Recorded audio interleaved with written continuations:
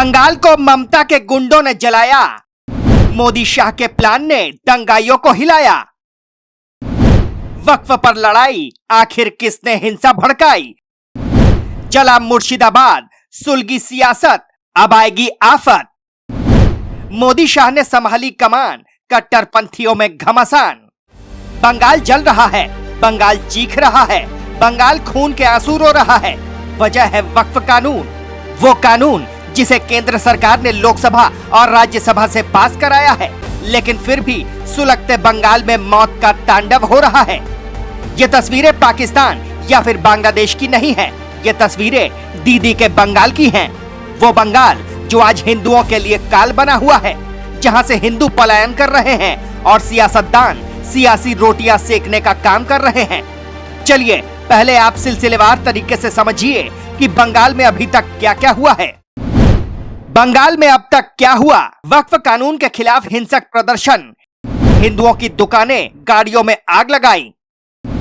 शमशेरगंज में हिंदू पिता पुत्र की हत्या, हत्या के बाद दोनों का शव बरामद हुआ।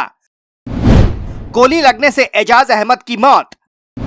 धुलियान में फायरिंग होने से दहशत, धुलियान में फायरिंग से 2 बच्चे घायल। शुभेंदु का दावा, धुलियान से पलायन हो रहा, 400 लोगों के पलायन का वीडियो जारी। सुलगते बंगाल पर सियासत चरम पर है। वक्फ बिल को लेकर मुस्लिम समुदाय के लोग सड़कों पर खूब तांडव मचा रहे हैं। जमकर आगजनी की जा रही है, पथराव किया जा रहा है, फायरिंग हो रही है और तो और हिंदुओं का पलायन भी हो रहा है। लेकिन ममता दीदी मौन है, क्योंकि उनको वोट बैंक प्यारा है। बंगाल में वक्फ को लेकर जो हिंसा हो रही है वो किसी से छिपी नहीं है। हर रोज फायरिंग होती है, हिंसा होती है, जिसमें मारे जाते हैं मासूम लोग। भारतीय जनता पार्टी की ओर से ममता बनर्जी पर जमकर प्रहार किया गया। ममता दीदी की सोच को बेनकाब किया जा रहा है, सोशल मीडिया पर लगातार पोस्ट की जा रही है। तो वहीं दूसरी तरफ केंद्र सरकार भी हरकत में आ गई है। बंगाल में हिंसा होने के बाद केंद्र सरकार ने कमान संभाल ली है। मुर्शिदाबाद में तनाव, हाईकोर्ट के आदेश पर अतिरिक्त पुलिस बल तैनात, बीएसएफ की 8 कंपनियां तैनात, 1000 से ज्यादा पुलिसकर्मियों की तैनाती।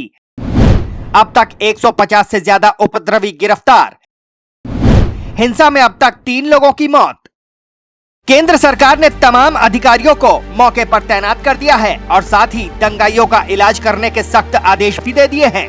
पश्चिम बंगाल के मुर्शिदाबाद जिले में बर्बादी का मंजर देखा जा रहा है। सड़कों पर जले हुए वाहन, लूटे गए शॉपिंग मॉल और फार्मेसी में तोड़फोड़ के ये जख्म बता रहे हैं कि यहाँ पर किस कदर आतंक मचाया गया है। मुर्शिदाबाद में सड़कें सुनसान हैं और लोग घरों में कैद हैं। हिंसा रोकने के लिए बड़ा कदम, मुर्शिदाबाद में वक्फ कानून के खिलाफ हिंसक प्रदर्शन हुआ। इंटरनेट पर निलंबन 15 अप्रैल की रात 10 बजे तक लागू रहेगा। अफवाहों को फैलाने से रोकने के लिए उठाए कदम। केंद्र सरकार ने तो प्लान तैयार कर लिया है। बीएसएफ के जवानों को भी तैनात कर दिया गया है। बीएसएफ को मुर्शिदाबाद और मालदा जिलों में बांग्लादेश के साथ अंतर्राष्ट्रीय सीमाओं से सटे गांवों की पूर्ण सुरक्षा सुनिश्चित करने के लिए भी सतर्क किया गया है, ताकि ये सुनिश्चित किया जा सके कि वहां के भूमिगत चरमपंथी समूहों के सदस्य भारतीय क्षेत्र में एंटर ना कर सके।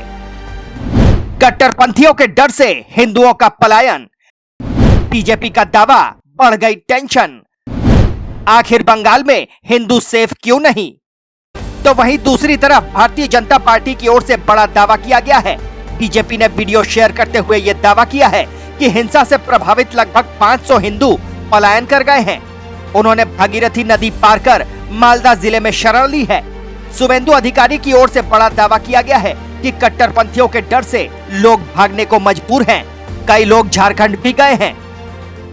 इज्जत लूटने की कोशिश हुई, कपड़े खींच लिए गए, जला देने, जिंदा जला देने की कोशिश हुई, छोटे से बच्चे के यहाँ पे पकड़ के मारने की कोशिश की गई। इस तरीके के भयंकर घटनाएं घट रही है, जो बांग्लादेश जैसी स्थिति पश्चिम बंगाल में ममता बनर्जी ने बना के रख दिया है। जो कर रही हैं ये उनकी राजनीतिक कुशलता नहीं, विवशता है। क्योंकि अब कट्टरपंथी तत्वों के हाथ में तृणमूल कांग्रेस की सरकार बंधक हो चुकी है। ममता बनर्जी जी के हाथ में अब कुछ नहीं रह गया है। पश्चिम बंगाल उनके शासनकाल में उपद्रवी तत्वों के हाथ से होते हुए अराजकता की तरफ बढ़ता हुआ जा रहा है। इसलिए उनका ये बयान देश के लिए बहुत घातक है। ये दावे डराने वाले हैं, ये दावे सवाल पूछने वाले हैं, ये दावे दहशत पैदा करने वाले हैं, ये दावे कट्टर सोच को बेनकाब करने वाले हैं। अब आपकी क्या कुछ राय है इस खबर को लेकर, हमें कमेंट करके जरूर बताएं। साथ ही ये भी बताएं कि आखिर बंगाल में हिंदू कब सुरक्षित होंगे। Team news watch India.